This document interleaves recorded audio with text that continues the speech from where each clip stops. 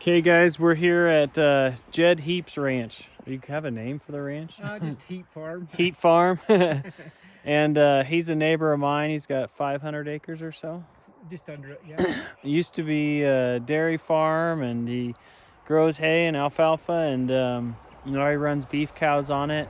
But we're going to talk to him about the history of the farm and some of the old buildings and how it's kind of evolved over the years to what it is now. So, hello, Jed. Hello. So well, tell us when the house is everything started, I guess. Okay, well, it all started at the end of the 1800s. My great-grandfather, William Henry Harrison Heap, was one of the first 5 families that moved to Star Valley, and they built a home down there in Freedom and stayed that first winter. So he was the first one here. His son, Marion Heap, would be my grandfather or great-grandfather. He purchased and homesteaded part of our ranch that we have right now. And then his son, Alva, one of the boys that come back and took over the farm or stayed on the farm, is my grandpa, Alva. And this is the house that... I see his name on the garage right there. Yeah, okay, yeah, Alva. Alva Heap. But Marion, his dad, built this house here in 1904. You can see the old house there. 1904? Yep. And he died when my grandpa was 21 was all. And so my grandpa Alva had to take over and do all the duties of doing the dairy and the cattle at a young age, barely married. And so Marion, he passed away in this house. My grandpa passed away in this house, and grandma both in the same house. So it's been here a long time. When did you take it over? It'd have been about 1987 or something like that. When I come back from college, we decided to come do the farm, and so I've been here for about 30-something years. Has it been a dairy farm the whole time? It's been a dairy farm up until 2018. So 2 years ago, going to be 3 years ago this spring, we finally sold the dairy cows, and up till then, we've always had dairy cows and milking. Milking twice a day, every day. My grandpa always said he's a member of the Million Cow Club. He milked over 1 million cows in his lifetime. I don't know how many I milked. I'd have to figure it out. But well, we are gonna wander through the farm, and he's gonna talk about different buildings and just how they used to use this building for this, and now they use it for this, and that type of thing. I thought you kids would think that was interesting to see how the evolution of a farm and ranch over 120 years, maybe. Mm-hmm. And especially how it's gone from a dairy farm into a beef farm now. So I'll be putting pieces together as we talk about different places, but I think that was a good introduction, and we'll go from there. Where should we go? So some of you guys don't know this, but ranches and farms will have their own fuel tanks on the farm because they can't run their tractors into town, right? Yeah.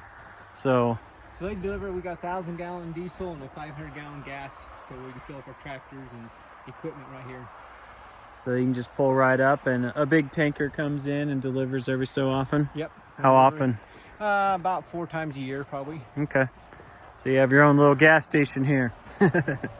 Is it cheaper than buying it in town? It is. You get a bulk price. So. Okay. Go ahead. Well, if I can get the door open. Okay.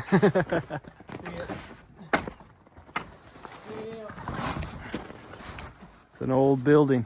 This is an old crawler tractor they used to farm with when they first started farming on the dry farm. They tried this, and it still runs. It was a hand start.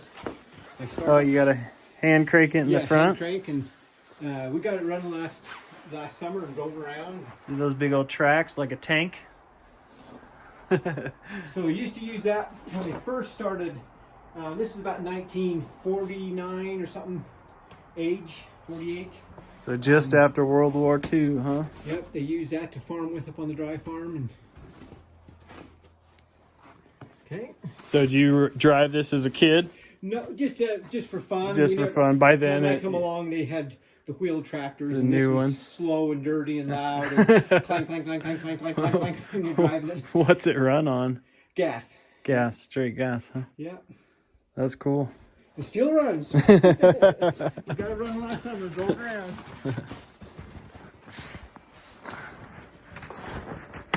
Hang on, it's a what? Gopher machine? Gopher machine, and so it plows a big burrow under the ground, and you put poison oats in that tub on top under the blue thing, and that wheel turns at ground level, so it drops them about 6 inches below ground level. The poison drops into that burrow it makes. Oh, wow. Then the gophers run into that burrow and go along it and eat the poison. And You just do that all through your fields? yep, once in a while we do that when they get real bad. Huh. You have gopher problems bad? Yep, pretty bad. Yep.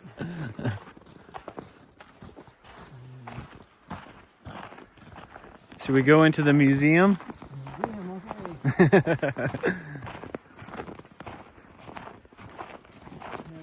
This building we just use a machine shed to keep all our welds on the other end and oil, tractors we put in here. So these are the modern tractors, huh? Yeah, somewhat modern. How old are these? This one's only about 30 years old. This one's about 45 years old. I use this tractor to haul 8-pack bales my whole lifetime growing up as a kid. I was the best on it running the loader. And so from whenever I was probably 12 years old, I hauled hay on this tractor. So this is kind of my favorite. This is what I grew up on. This is your, this is the one, I like your umbrella you got rigged up there. Yeah. This is an old 19 about a 49 Ferguson tractor, one of the first tractors they ever bought, and it still runs. We use it all the time. Yeah. What do you use it for? Scraping trails. When I had the dairy cows, I'd put that big tire scraper on the back, and it as well as it does have a battery start, but it also you can hand crank it and start it as well on this tractor. Still running, huh? Still running. 70 years, 72 years. It's yeah, it'd be about a 49, a Massey Ferguson TO20. So most of the farmers and ranchers, you're your own machine shop and everything, huh? Yep. You weld, you drill, you repair everything you can. Yeah. So it kind of looks messy, but I know where everything is. Yeah, it's just, this is probably a combination mechanic shop, carpenter, everything, huh? Yep. Just tools everywhere. Kind of cool, huh? Yeah, it's a necessity to keep the farm running. Yeah, you can't just pay everybody to come in and fix every little thing. Yeah, just like flat tires. One time I counted up, we had like 170 tires on our farm. Like on a vehicle. On vehicles that you have to keep airing because you're using them all the time. And yeah. And so it's almost a never-ending job. Always repairing tires. That's awesome. And this tractor in the back just has a big old claw, and you just grab giant bales, right? Yeah, it's a grapple, we call it. It's a big grapple. And see that? It's just like a you can haul round claw. bales or the big bales. And in a minute, we'll show you how I feed the cows with that tractor. Okay.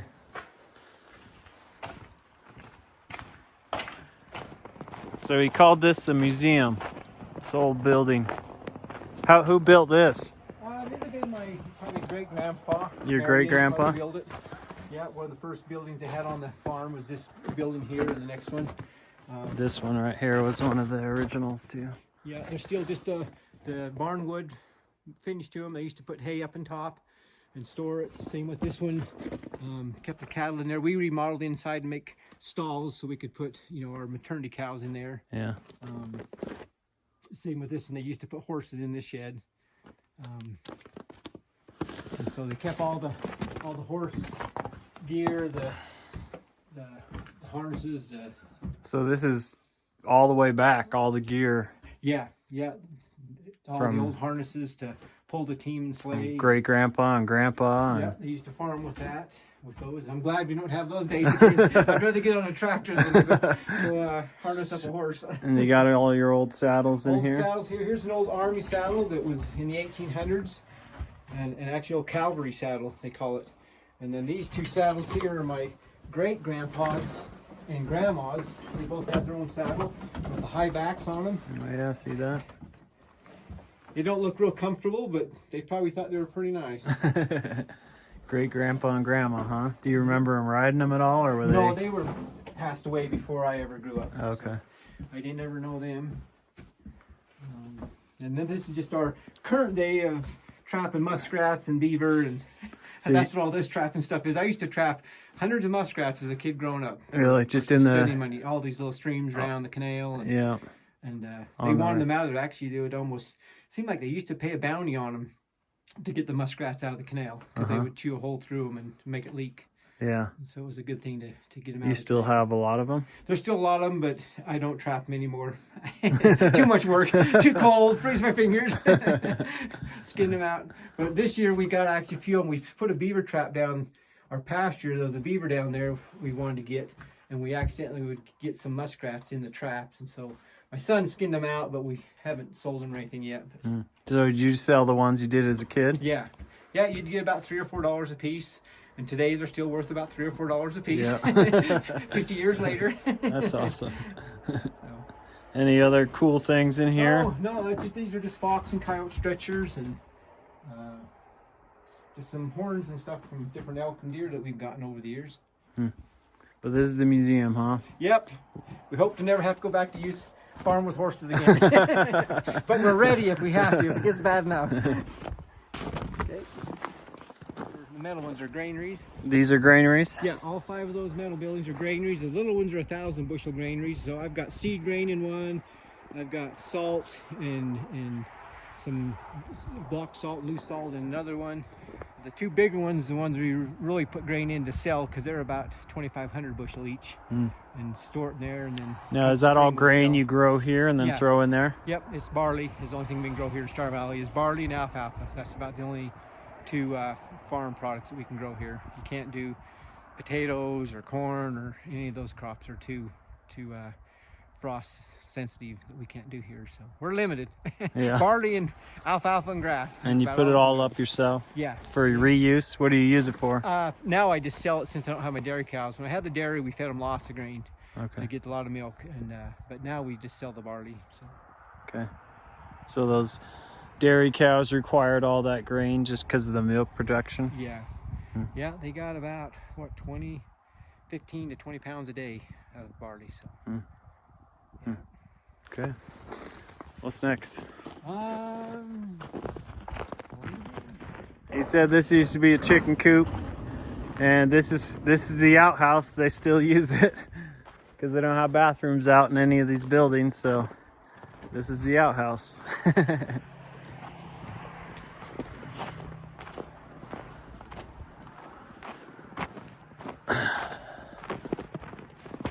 What's this? This is our calf shed where we put baby calves when they're first born. When we had the dairy, we'd put them, the little ones, in these side stalls and bottle feed them until we could get them weaned on a bucket. And then when we'd be about a month old, we'd group feed them and put them in the middle here. Then they could have access to hay and lots of grain. And then we'd take them out. Well, sometimes when they went from here, we'd take them actually outside. We got some of these little calf huts out here, and they worked really well. These little plastic. Oh, those plastic. Yeah, and those worked really well. So after we got them out of the side pens, we'd usually put them out here for about a month. And yep, until they was about 2 months old, I guess. And then when we'd bring them back in, we'd wean them and put them in the middle here. So this is the calving shed. Yep. I noticed, was this you that wrote this or one of your kids? Oh, the kids, when they they always come in, that was their job, is to feed calves morning and night, but most at night. I didn't have them usually come in the mornings, but.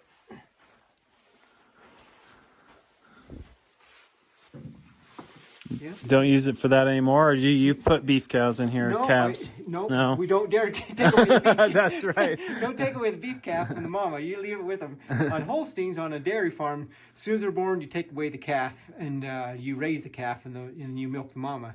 And so you don't let that calf stay on her. Yeah. With these beef, it's a lot easier. They do the job of raising it. No longer bottle feeding them. You just gotta not get clobbered by the moms, right? That's right.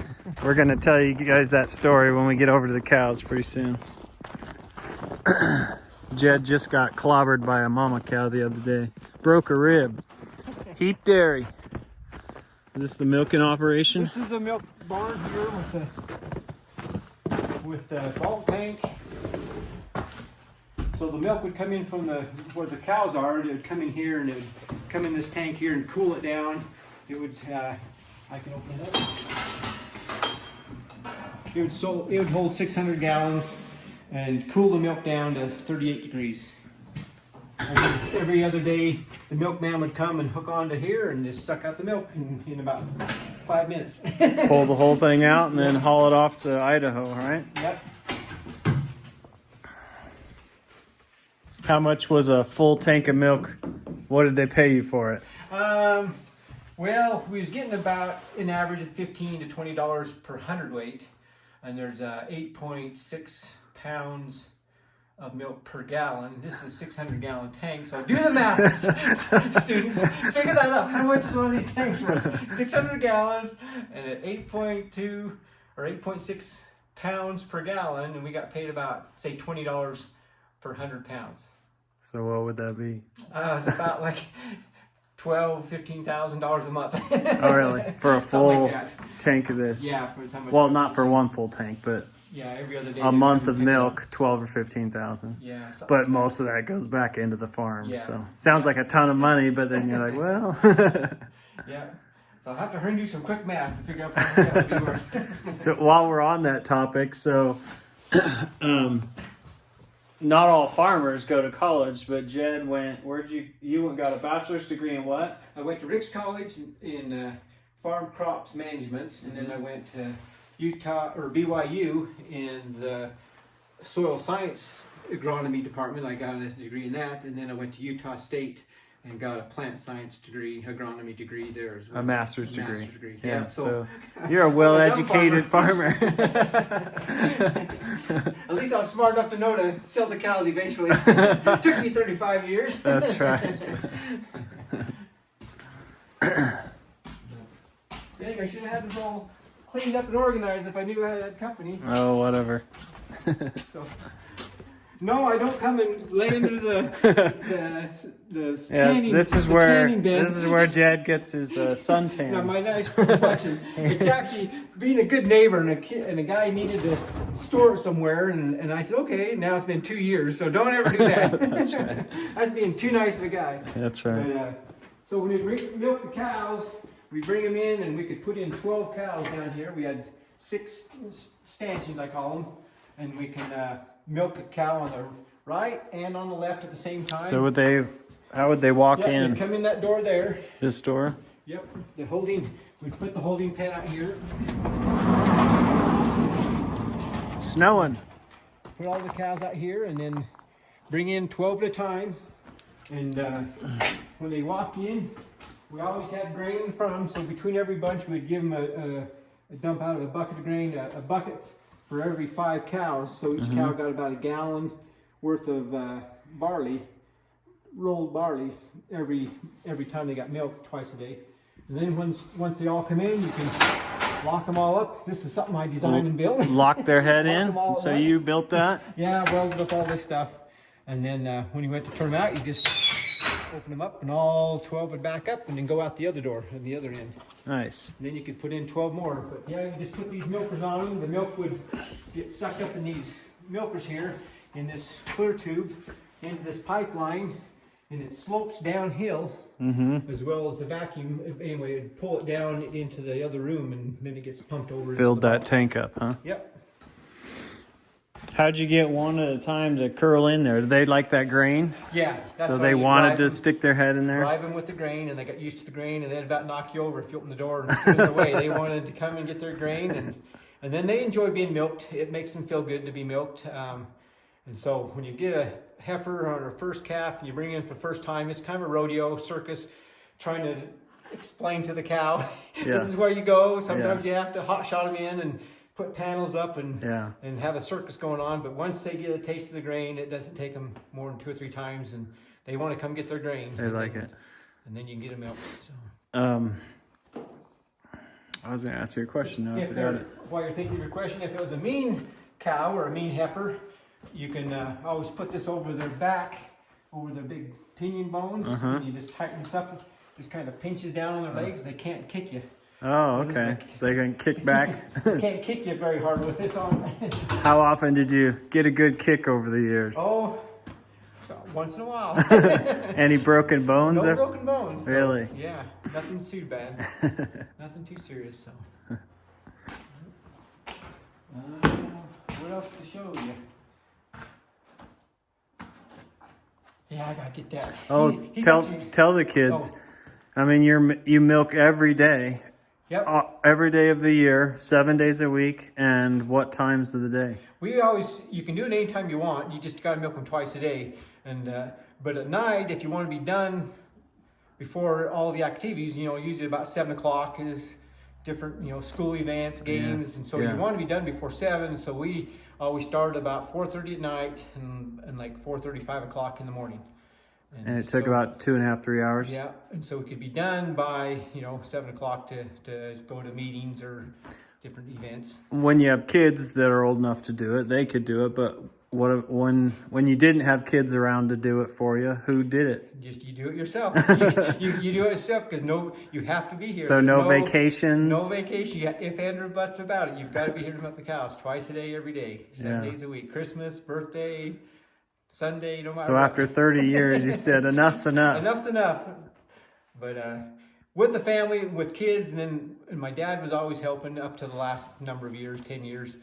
It wasn't bad because if you wanted to get away for a day or miss a milking or two, you could do it. But then once my kids all grew up and went to college and on their own, then you didn't dare go anywhere. You couldn't go anywhere. So, and to hire somebody to come and do it, nobody wants to do that anymore. Yeah. And it's too much work. And it's kind of complicated. And you almost, if you ever did try to hire somebody else to do it or come to do it, it ended up costing you more in the long run because they'd do something wrong or, you don't want them to get hurt or they're not used to being around cattle. So there's just a lot of little things you learn by doing it all your life that it takes a while to. Most people don't know. Yeah. So Star Valley used to have a cheese factory right in the middle of it, right here in Thane, just a mile down the road. And it used to just be almost all dairy farms, right? Yeah, there was like 300 dairy farmers at one time in the valley. And then it got down to, when I come back from college, it was 35 or 36 dairies that were still being picked up milk. And now we're down to, I think, 4 in the valley. Yeah. So yeah, it's just changed over time, and it's been like this in all the communities, across all the United States, really. That many dairymen going out, and then the big dairies just get bigger and bigger and gobble up those cows, and so there's probably more cows being milked, or maybe more cows being milked, but they give a lot more milk now than they ever used to. Yeah. For example, when I come back and paid attention as I got older from college, our cows were given about 25 pounds a day of milk per cow, and we got our cows up to about 60 pounds, 65 pounds a day, just by feeding them better, giving them different protein things, supplements, more minerals, and different commodities. You can give them up to quite a bit more. I got them up to about 65 pounds, which is great for Star Valley. But out of the valley, you go down to Magic Valley in Idaho, and they're up to 85 pounds per cow per day average. So you put a bunch of your college learning to use? Well, a little bit of it. A little bit of it, but there's only so much you can do. There's a lot of good theories you learn on textbooks, but it doesn't really work in at least Star Valley, in the climate and the cost of the commodities to bring them in. Yeah. Kind of a disadvantage here in our little community because you have to pay more to have all your inputs come in, like your grain, your salt, anything you're bringing in to feed your cows, cottonseed, things like that. And then to sell your milk, you have to haul it out of the valley, and it goes, another 120, 150 miles. Yeah. So then the costs coming in are more and going out are more, and so it's hard to makes make a our living. profit less than if you live in big dairy country in California and Idaho, Yeah. in those places like that. They can do it a little more efficiently and cheaper. So. Okay. I think, are we going to be transitioning to maybe the beef side of things now? Yep, we can. Okay. So I might end up making this the end of part 1, and then part 2, when you're watching this, will be next week. And it'll be all about the beef side. So, and a cool story about him getting a rib broken the other day and having to roll away from a cow under a fence. So, okay.